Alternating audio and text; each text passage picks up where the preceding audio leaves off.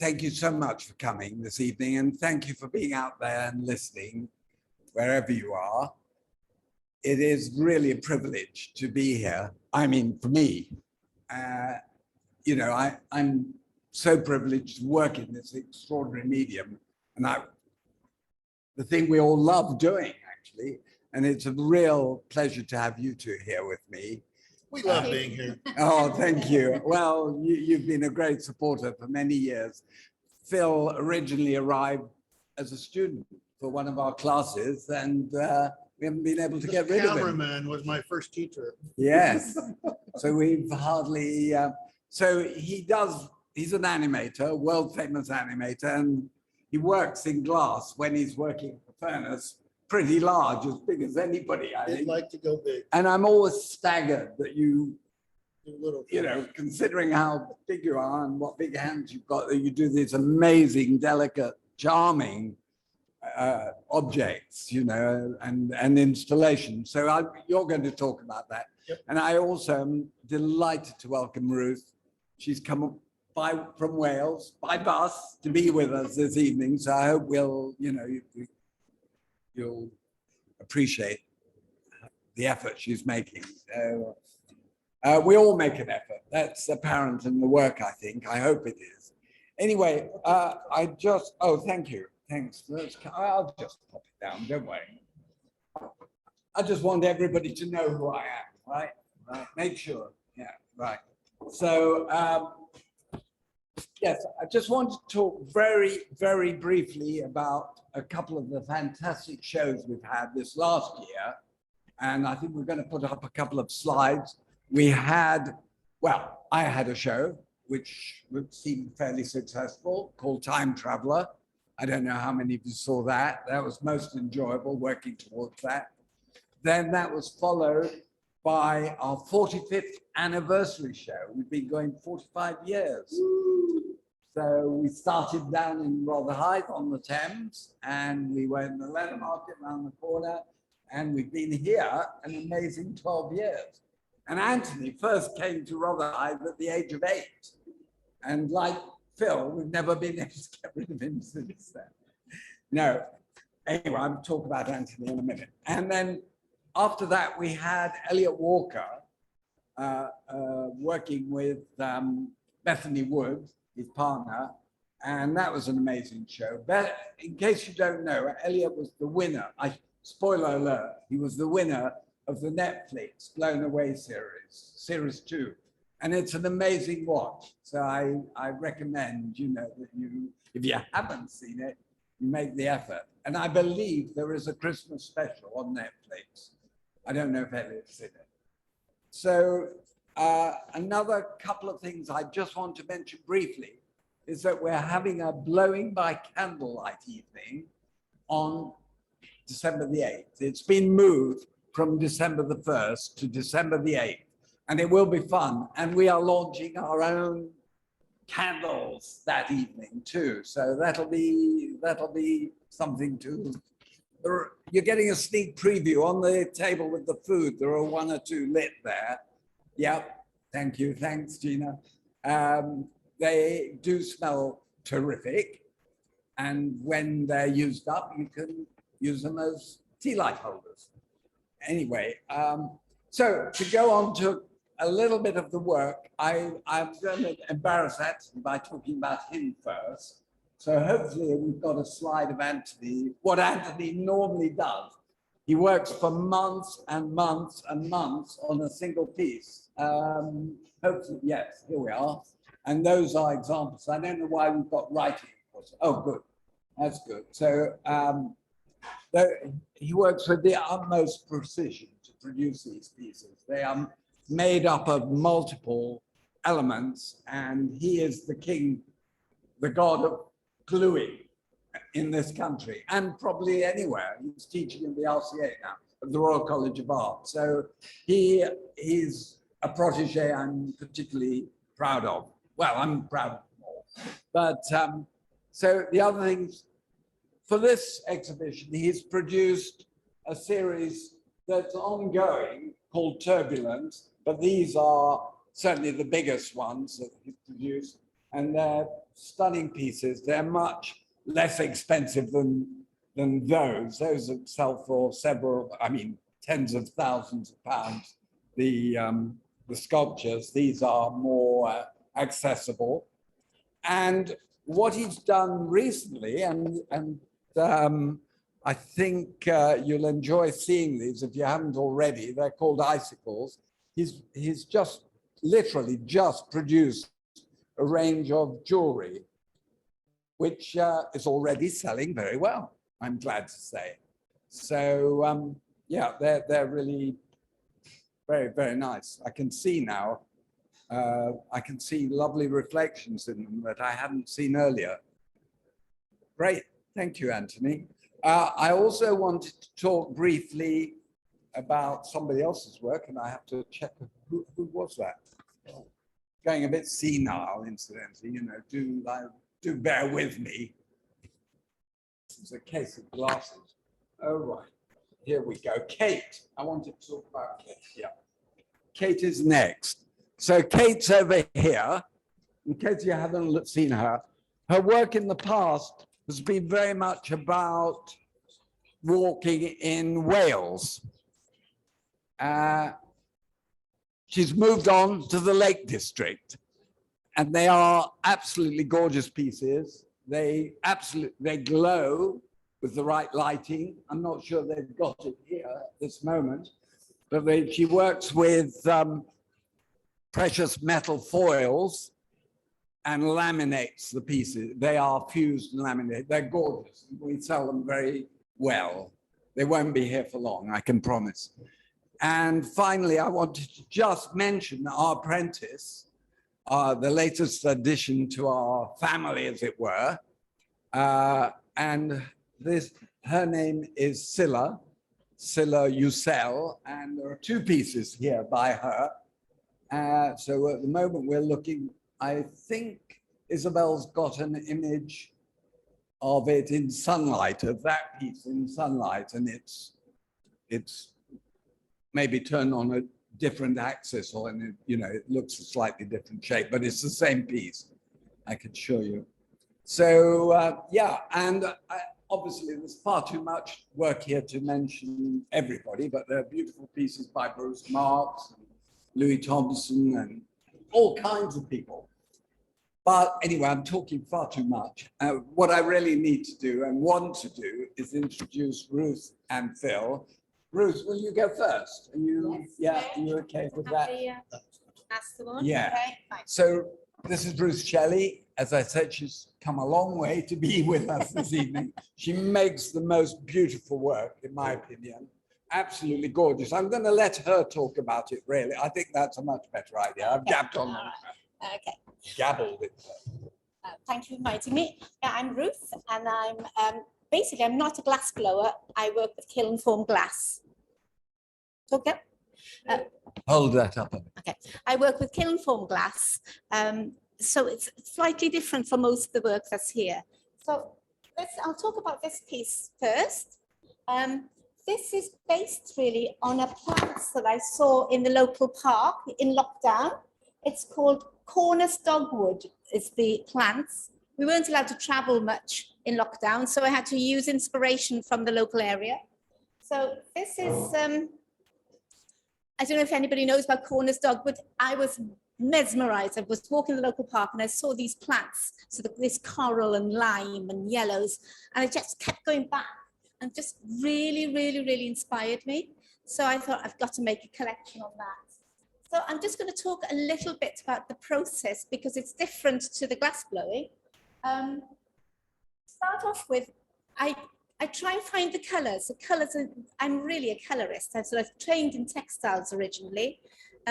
So when I come back from an inspiration like this, I'll work the colors out in watercolor to start off with to try and get the colors so I understand what layering of the colors happens.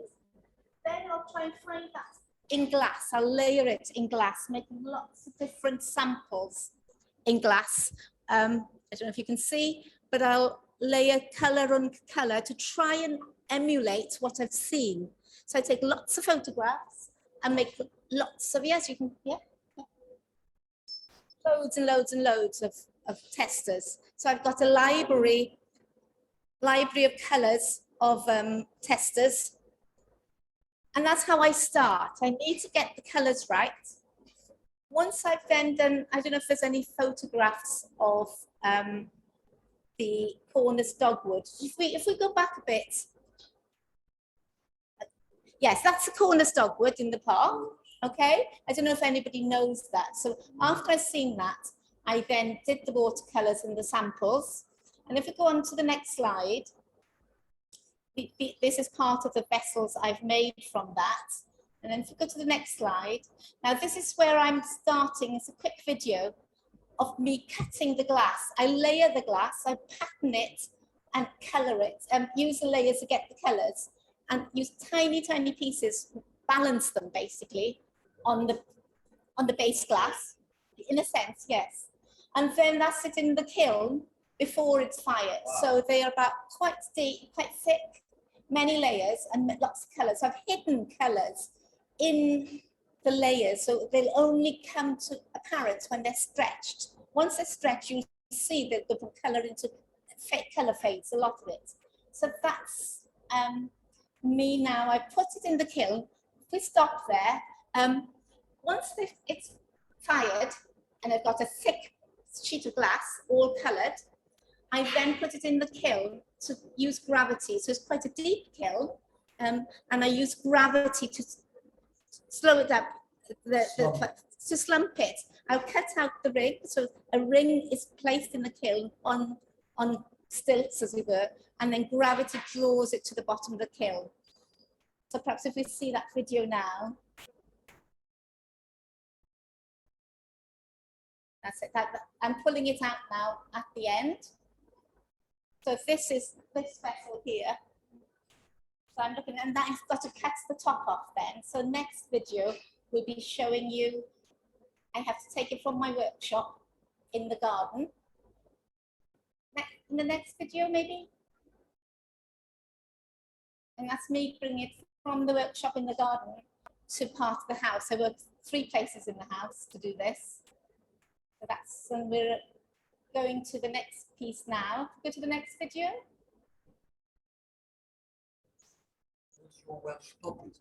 Yes, probably.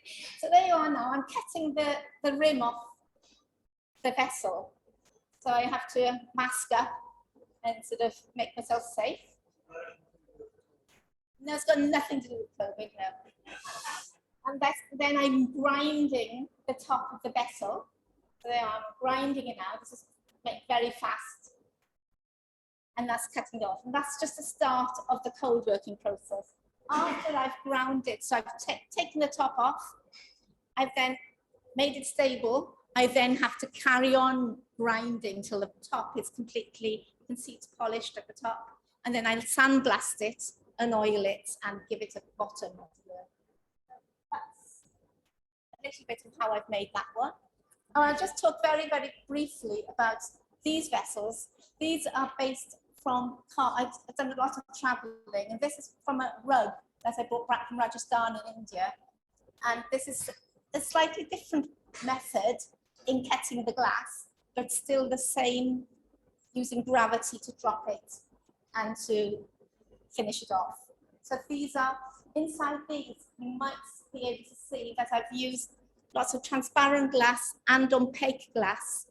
That's the, I don't know, can you pick that up? The transparent glass are to emulate the Islamic architecture that you'll see, the cutouts in the Islamic architecture. So that's what that's to do with, so you can see the reflections when the light's on them. There you are, a little bit about my work. I'm sorry that we can't, you know, there isn't backlighting and stuff.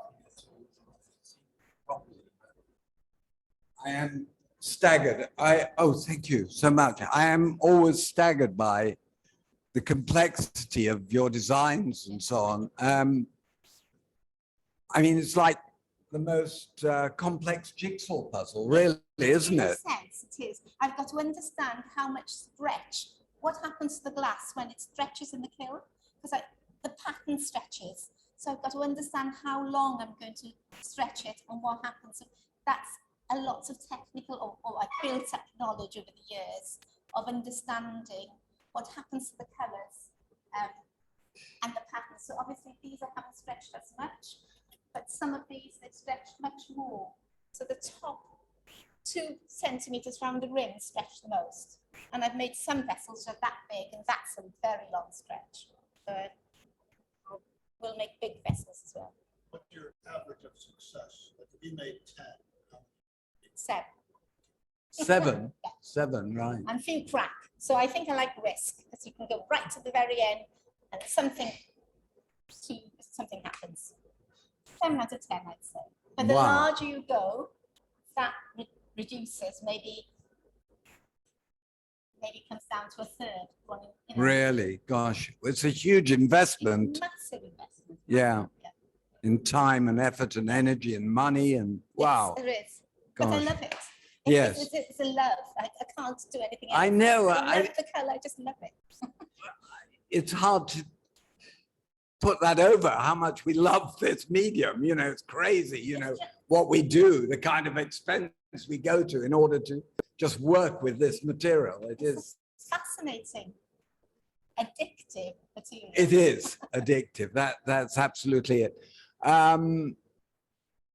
I've got a couple of questions, but perhaps we'll save those for later. So perhaps we'll move on to Phil. So Hello. Philip, as I said earlier, came to take part in one of our classes. Anthony must have charmed him because he kept coming back for Did. more. You did. And as I said, when he's working with at the furnace, his pieces are huge. But I have to say, I find, it's my taste, but I find these wee ones, I'm not into Adorable. cutesy things I know really, you're not. I know but you're not. your things are exceptional. They have so much character and they're so expressive. You know, this mournful little owl looking at me, you know, and I love them, and I've got some and I enjoy them, and people buy them. We all sell out. So, you know, That's very kind of Anyway. you to say. So just a quick summary, like how did I end up doing this? Because I'm not like a professional glass boy. I came into it very late in life. I spent my whole life doing character animation, traditional animation. But when Chihuly had his show at the V&A, the first one in 2000 or 2001, I went to see that. I never knew the man. I didn't know anything about it, but I was like really blown away, like literally blown away. I couldn't understand where the stuff came from. Then in 2005, when he had his second big show at Kew Gardens, I walked in, I remember my wife and I went and walked into Kew Gardens and saw the very first piece and went, all right, that's it. I have to do this. I don't know. And I was determined to figure out how the heck they came about. And that was late November of 2005. And I had my first session with kind Anthony here in January of 2006. And I was smitten, like hook, line, and sinker. So my stories, like many, many people's stories who came into glass, however that happened. And it suited me down to the ground. It's a little bit like similar to animation in difficulty and a huge learning curve to get good at any skill level. And I would annoy all the blowers here by coming in with my designs frequently. And they would go like, no, Phil, that's not going to happen. Because I always was quite kind of pushing the envelope. I wanted to know how to do many, many things. I did blow a lot of glass for many years, but then I just wanted to do it so much that I ended up buying a torch kit from the people who supply lamp workers in this country. And I literally screwed it to my picnic table and got going with like the most rudimentary lamp working setup. Now I'm a little bit more sophisticated. I've been doing lamp working for, I think, 11 years, I think. Phil, could you just explain what lab working is? Oh, Yes, you're going to. so, You're going yeah, to so- actually. Sorry. Quite often people don't really know what I'm doing, but I'm on a torch and I literally have an oxygen generator and a propane tank, and that's literally about it. And then the glass I use is this stuff from Murano, and it comes in colors. It's a very intolerant type of glass, cracks all the time. There's a huge intolerance for thermal stress. So it takes a long time to get the hang of using it. I quite like colors, so it suits me. And my torch is a rudimentary torch too, so I couldn't really very much use like the Pyrex kind of glass You need a much bigger torch. But I'm literally just heating it up as I go. So everything I do, I start from like room temperature glass. And so that's one of the problems with lamp working is like, you have to invest quite a bit of time to get anywhere. Whereas these gentlemen here have a crucible full of molten glass. There's like, pop that pipe in and off they go. They blow something massive in an hour. Whereas I'm spending like an hour to get something the size of my thumb going. But because I've spent my whole life in animation, mostly my tastes gravitate towards character-driven kind of things that have appeal, and because I was mostly doing performance kind of animation. And so, yeah, what I like about the glass blowing that I do, very reminiscent of doodling. And so I did a few doodles before we sat down here, just to show you that I'm not a bluffer here. I really have spent my life just literally doodling all the time. And that comes very naturally and normally to me. So that's what I've been doing my life. So when I sit down and make something, it's probably going to be characterful. And so, yeah, and I find that really fun, like the dialogue aspect of glass. You kind of have that a little bit in animation, but with glass, it's very pronounced. You have to think on your feet. It's moving and it's asking something of you all the time. And I think that's an attractive component of why is this craft so compelling, because you literally are just making decisions on the fly. And if you kind of like get good at that, you can predict quite well. But I think I'm a bit like Ruth. I probably am around a 70% success rate with the things I make. If it's like inventing a new thing, might be down to like 20% success rate. It's very miserable. Once you get good at it, if you're lucky, you might get like to 90% success rate. But I do have this problem where, like, if you can see, the pieces I make are usually like kind of some kind of solid body. And for instance, this piece here, which is actually extremely new, I just literally finished it today. Those are solid bodies. I have to like make that body, then wrap the colors on it, get all the accoutrement going. Eventually, yeah. Eventually put the eyeballs on. Usually the pupils are one of the very last things to be added on. And if they don't succeed, then you really have wasted all of that time. And that's a miserable thing for some reason. If you don't get the pupils right, it's never going to work. And if you see like, good animation, or if you've ever watched the making of Lord of the Rings, Peter Jackson talks about how the animators get Gollum's eyes to do something magical. And suddenly Gollum's like a thinking character, although it's all computer generated. And that's kind of what you're after. You want some personality, like thinking personality in your pieces. And so, yeah, that's where I've ended up. I do, I'm a very commercial person. My whole life's been commercial animation. So I treat things like commissions kind of like, yeah, that's fine, I'll do that. But I'm really doing glass because it's just fun to do. And I'll go into my shed and even like sometimes midnight go, yeah, I think I'll just go make something. And because I can turn everything on, quickly make something, and then turn everything off. And my piece will sit in that kiln overnight. And in the morning, it'll be room temperature or more or less room temperature. I go check it out. And so, I can't make big things, but I can make componented things. So I frequently have made, like, if you look over there, there are some pieces which have I have done up to like 12 birds on a piece, for instance. So I can start to work to scale, even with this very small technique. Maybe that's enough. Yeah, I think so. Yeah. I like, It's okay, going great. another thing you can do is you can introduce metals, gold leaf and silver leaf are absolutely adorable. I try to inflate it, but that's like my torch is not good enough to inflate it. So I don't really push blowing glass as a lamp worker. But if you ever see people who can do that, then that's quite impressive. And Murano, they do that with their eyes closed. So yeah, I'm like a glorified hobbyist. I teach animation, and when I closed my animation studio, I really had to think hard. Do I want to go into full-time glass, or should I honor my 4 decades of animation teaching by passing on that baton to the young people in Britain? So I decided, okay, I'll teach animation and I'll still keep glass on the side. So you can see that they feed back and forth. I will do drawings that end up in my glass, or maybe sometimes I make something in glass that will spur my animation. I have, like, when I started to do this, I did so many drawings, and then we ended up, me and my colleagues was working with me, we ended up making a little film with all these bird designs. It's quite cute. Yeah, so that's probably about it. Yeah, that's Thank you very much, Phil. a pleasure. I mean, it's interesting to hear both of you reiterate or say what a challenge this is. You know, that every piece is a challenge, really. Yeah, and you do have people, like I always drag people onto my torch, new people who come over. It's like, hey, guess what? They go, how do you make that? I go, you want to try? So I drag them into my shed and I sit them down and they go, first time I was like, hey, Philip, I think I'm going to do an octopus. I'm like, no, you're not going to do an octopus. Even I wouldn't do an octopus. So try a blob, do a blob. Blobs are wonderful.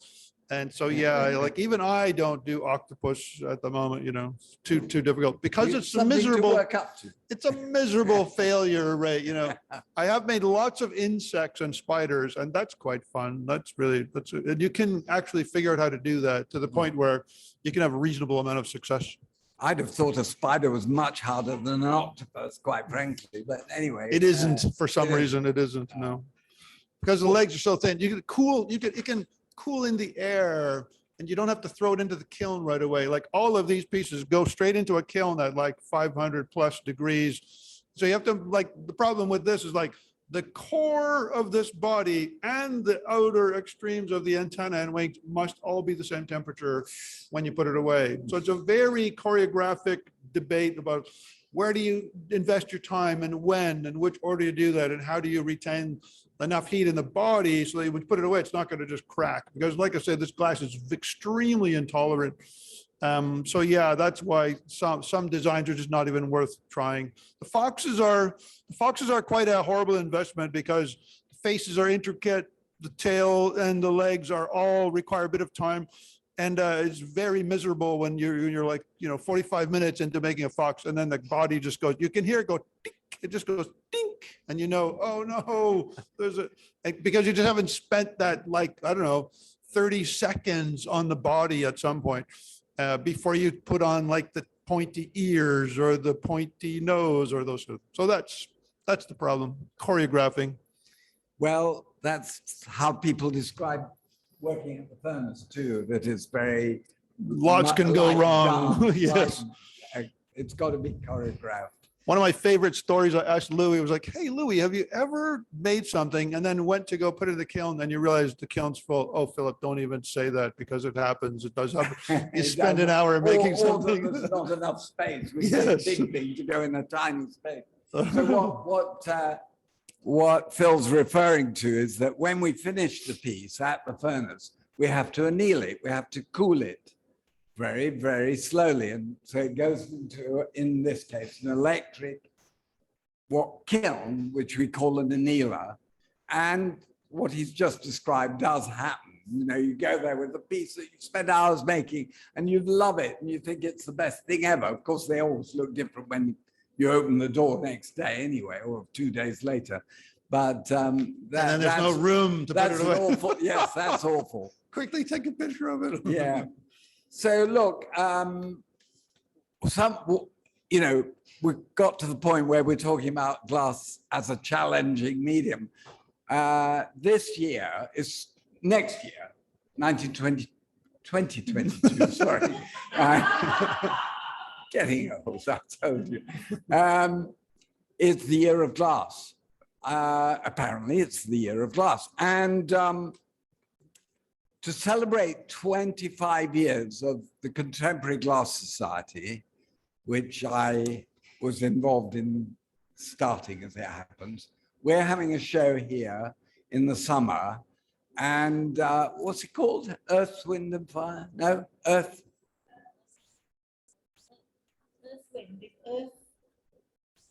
Earth. Sky. Maybe I've got it written here. Hang on. Earth, Sea, Sky.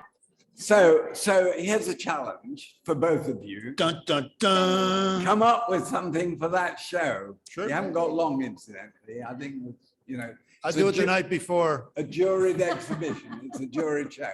So so that's something to look forward to. And that'll be in June, late June, I believe, or early July, sometime around then. Prior to that, we're at Collect at Somerset House. And again, we'll all be working and trying to produce our best work for that. And now we are talking about repeating our most successful show ever here It's still slightly in discussion, but it was called Vetro, and it was exploring the Venetian influence. We all responded, some of us with many designs. In my own case, we'll be looking at a couple of those as I talk about my own work, which is about now. And yeah, so there's that. So those are three things to look forward to. We're Vetro Revisited or something. It'll be in the autumn. So put that in your diaries. And okay, so I'm going to just chat just briefly about some of my things. Yeah, I produced this as a new design. Some of you may be familiar with this series called Lagoon. We now have New Lagoon. And actually, the reason for having to do it is that we are having terrible problems with certain colors. Certain colors don't work anymore. Supply chains have broken down. Red is an impossible color and costs the earth. And we're using up our last supplies. One of our main suppliers, they were based in New Zealand. They relocated to the USA because that was their biggest market, but they've fallen by the wayside, I think. I think they've now licensed one of the companies in German. There are only two big ones in Germany to produce their glass, but that's going to take a year or so to organize. So we are in some dire straits in some respects, but post-Brexit. However, so what I've done here, because I like this design enormously, I've come up with a new version. And I'm actually very pleased with it. You know, it's got the feeling of medieval maps. These sort of shadows round the islands, as it were, are incidental. They've come out of the process we're using. I didn't plan those little areas around these darker blue shadows, but they're delightful. I mean, they make it for me, you know, or they're one of the things that I'm really enjoying about that series. So that's New Lagoon, and I've made it especially for this show, this Christmas show, so it's up there. And then I was going to talk briefly about the poppies. You know, I've already mentioned the difficulty with, it's impossible to find a really, really good red. I used to buy one from the Czech Republic, but then they decided to stop making color for people like us. They make buttons and I don't know what else they do. They're a big company, but they no longer produce the kind of color that we need. We buy it in concentrated bars or broken up into granular, you know, grits, what we call grit. We're using solid color there, and each poppy takes a lot of making. So I'm going to warn you, after this lot, the price of poppies is going to have to go up. Yeah. So those are brand new. We've just made that little collection. And what else am I going to chat about? Have we seen some slides? I don't know. I haven't been watching. Oh yes. So this is really how the poppies series started. This is actually lamp worked. This barbed wire. This is glass barbed wire with actual poppies from the British Legion hanging there. But then I wanted to celebrate the lives of the fallen, as it were, long ago, long before oh God, I was so jealous of the thing that happened at the Tower of London. I would have loved to have done that.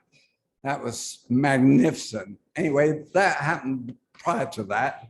And then, was there another slide, or have we seen it already of the poppy on the metal stand? Have we looked at that?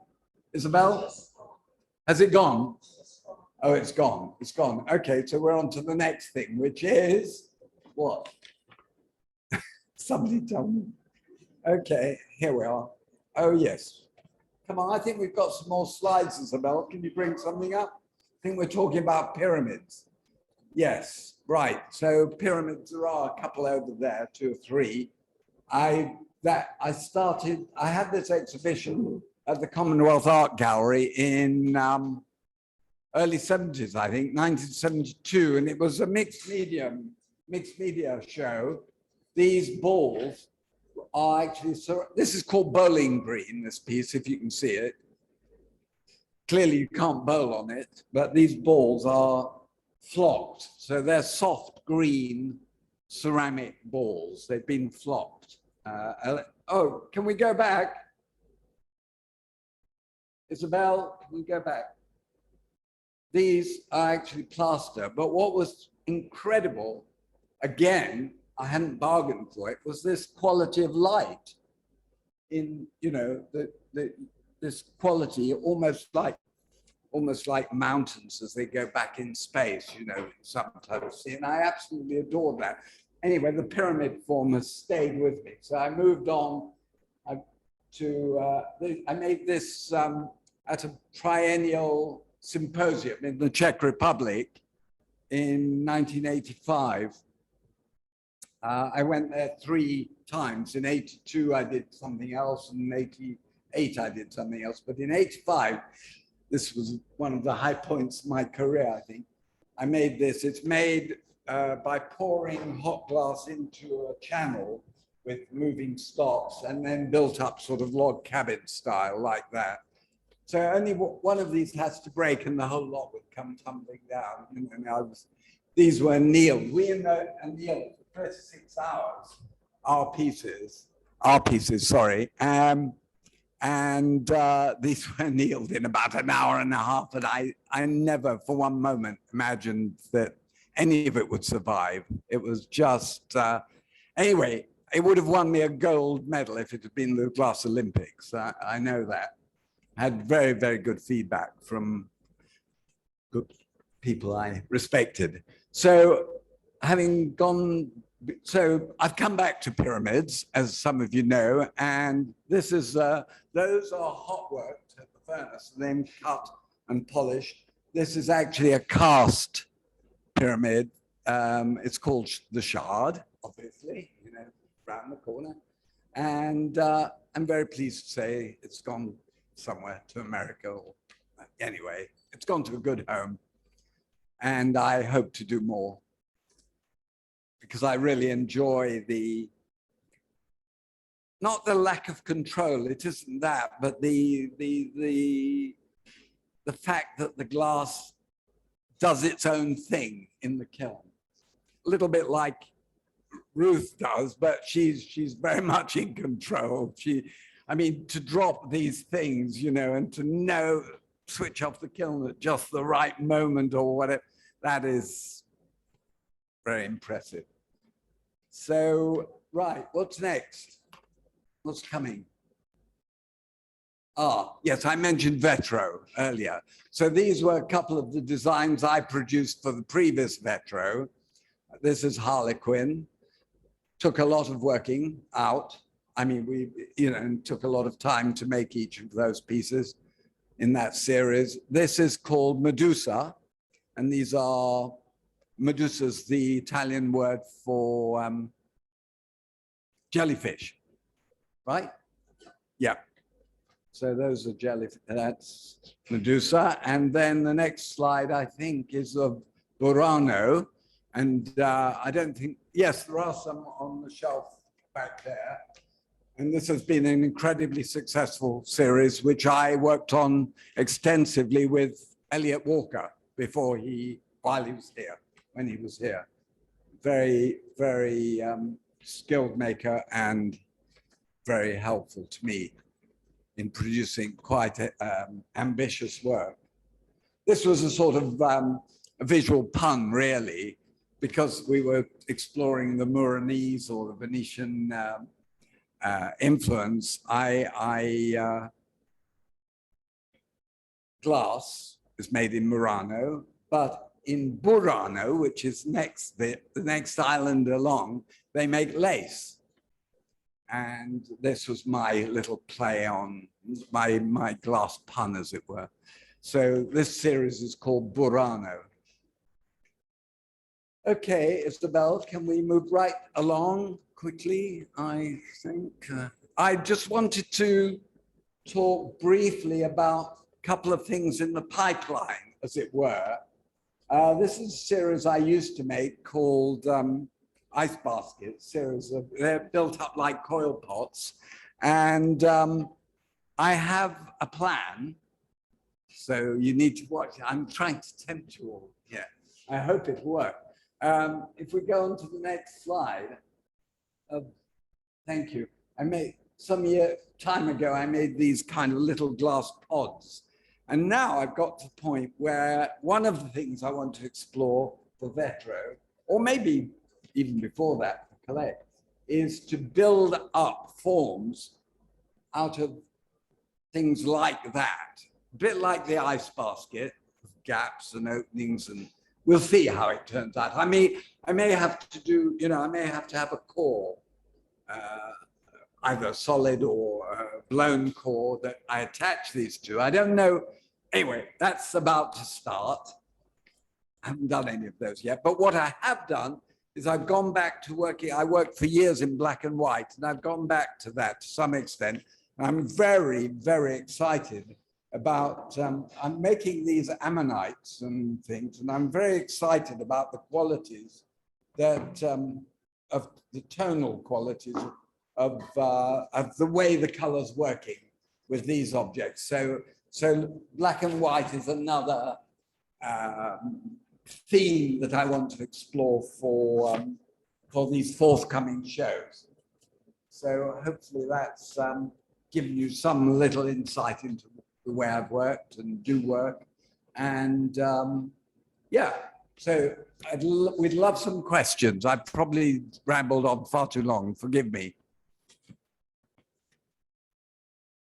If there are any questions from the floor, or are there, I've got a question for Ruth, if I could. May I start? Is that good? Good. Ruth, I love the look of the tops of your pieces before you cut them off. Okay. Why? Have you ever thought of not cutting them off? No, because I don't use coloured glass right to the end, because there's clear glass on the outside. Otherwise, it's wasted glass, and because glass is so expensive.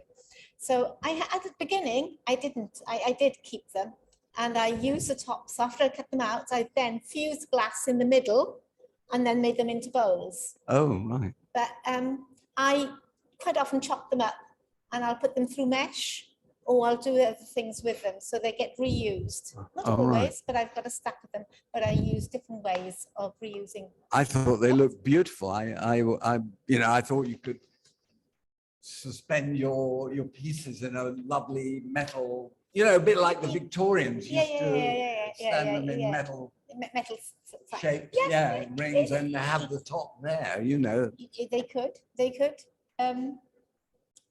I'm personally rather than without the tops, but you never know. You never know, no. I have a question for you. Sorry, I'm not answering any questions. Oh, go on. What is it? When you're saying about the you're doing like your little bees, and you're saying the different problems you're having with glass cracking. Do you find that with the black and the yellow being such a difference, does that make, because it's so small, it's not, if you went. I don't think that's a problem. I guess one thing Ruth's alluding to is that the different colors can behave in different manners, and some are maybe they heat up quicker, so they feel a bit softer. And when you juxtapose these two variables, they can incur a bit of an argument, and that does happen. But I don't necessarily have that problem with these bumblebees. I do make sandwiches of all of these colors, but I put so much heat into it when that's all done that I think I get rid of any of what you're talking about, this potential argument. Here many times I wanted to make a big orange vase wrapped with tons of clear, and there's a particular yellowy orange that I really liked, but the clear hated it. And a couple of times there was like a huge stonking piece that myself and one of the amazing blowers here would make, and those two colors didn't like each other. And then at one time it was like Bruce said, oh yeah, Phil, we never use those colors here anymore because it cracks too many times. Like, Well, that yellow is particularly difficult. yeah, and I think it and, does, it just probably shrinks a tiny bit. Maybe they say that there's like this coefficient neighborhood and they're all compatible, but you could be like one value out and they just don't like each other. And if you don't cool it down perfectly, or you don't have the heat like really, really evenly through it, or if you're cold working it, you put a lot of bouncy stress in there, you just could incur a little fissure, boink, there it just goes. Color Yeah. compatibility is really critical, and Mm. we struggle with it. But I mean, those colors that you showed us, they're meant to all be compatible with one Yes. another, I'm sure. Yeah, these are all made in Murano. They all quite compatible. But you we couldn't- buy from various sources. Yeah, and- I do have a few others, but I think in general, I think the variations here, like some of the translucent colors require a tiny bit more heat.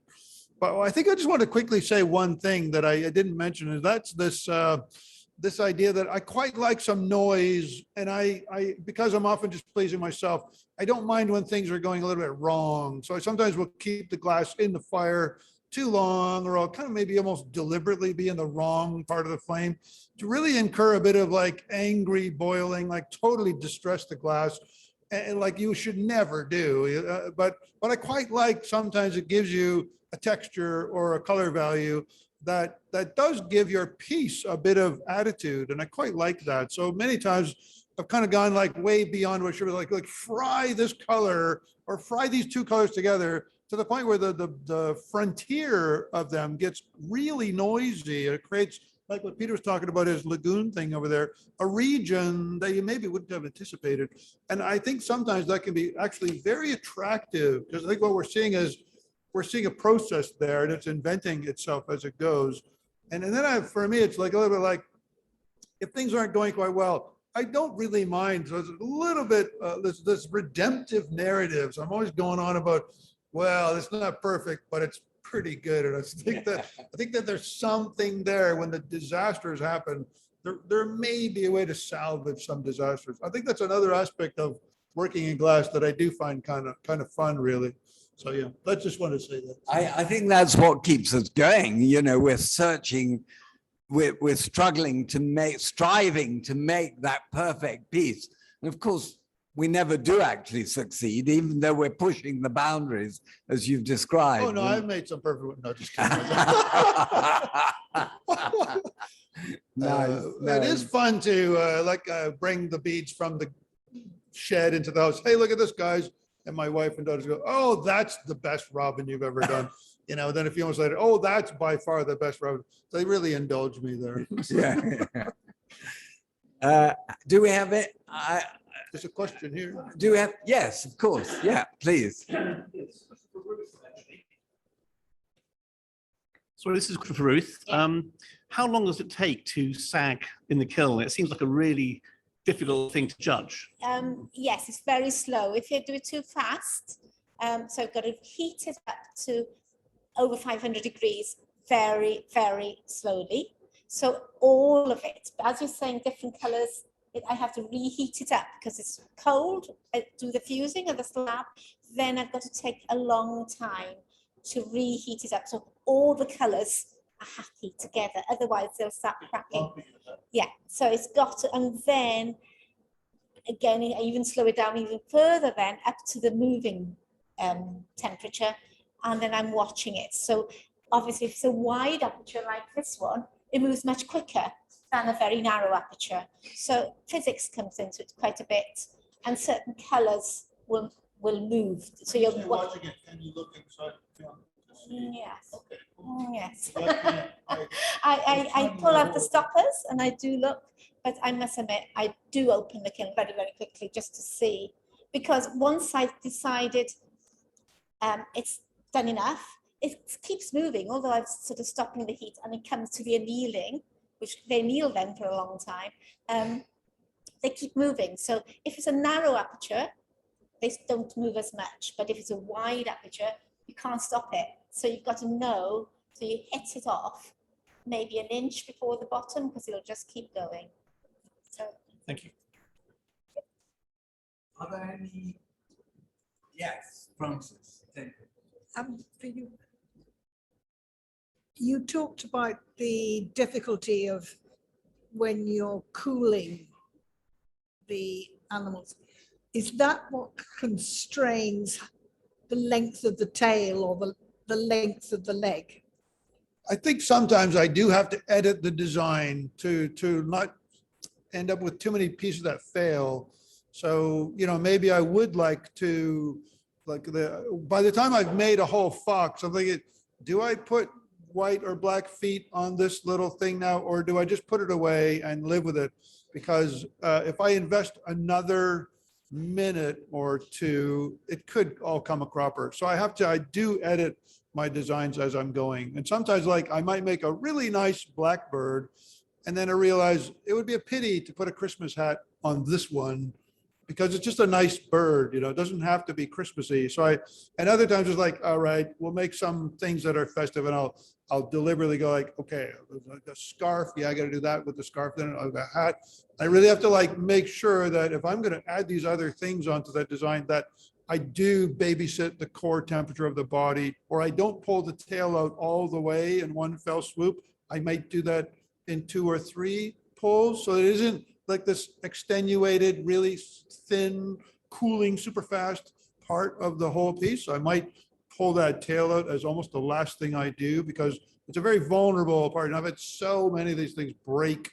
Even if you think it's done, it might break 8 hours after it's come out of the kiln. So yes, I do vet my workings so I reduce the disasters, you know. So that's why the fox has got short legs. Yeah, well, the fox, if it could be slightly longer legs, but like I've never made a deer, you know, never, because a deer, you know, I grew up with Bambi, and when you read about even the people drawing these things, it was difficult.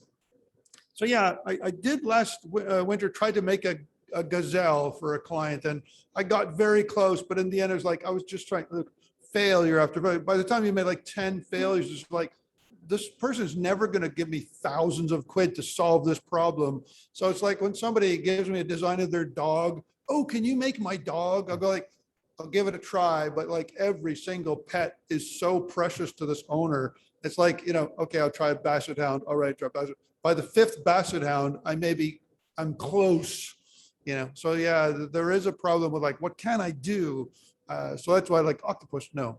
Deer and long-legged foxes, it's a risk. Well, all those antlers, my God, yeah. Yeah, like I do reindeer, right? I do like a Rudolph head, and I've got figured out like, how can I make just like perhaps abstracted enough so it's in my cartoony world without some super complexity that I won't be able to control. So the antlers of those are like I was mentioning, this translucent glass, which requires a bit more heat to manipulate.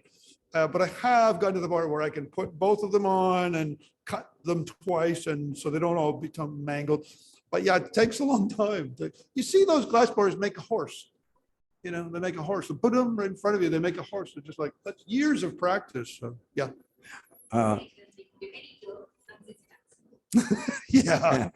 Yeah, they're quite cool. And then French poodle. No, what's the one, the little ugly French pug with the bat ears? Oh, yes. They're quite good to make. Well, they're very popular dogs. Yeah, they're quite good. Listen, we could listen to you all evening, both of you. I think we have to sadly bring this to a close. We do have some nice refreshments there and things for people. Thank you very much for listening. Thank you for being with us. Can I remind you that we have this wonderful event on December the 8th, our candlelit, blowing by candlelight. It will be spectacular. It will be lovely. Bruce, who makes the birds up there, is lined up to perform, as it were. So he's geared up to do that. Is there anything else, Sophie? Is there anything else I ought to say at this point? It'll be like Wolf Hall. Yeah, exactly. Well, thank you so much for being with us this evening, Ruth Pleasure. and Phil. Thank Very you. much. Thanks for asking us. Really enjoyed listening to what you had to say, and thank the audience. Thanks to the audience, and thanks to you all at home for bearing with us. And we'll do this again, I hope, soon. Yeah, see you next time. Thank you. Thank you. You're welcome.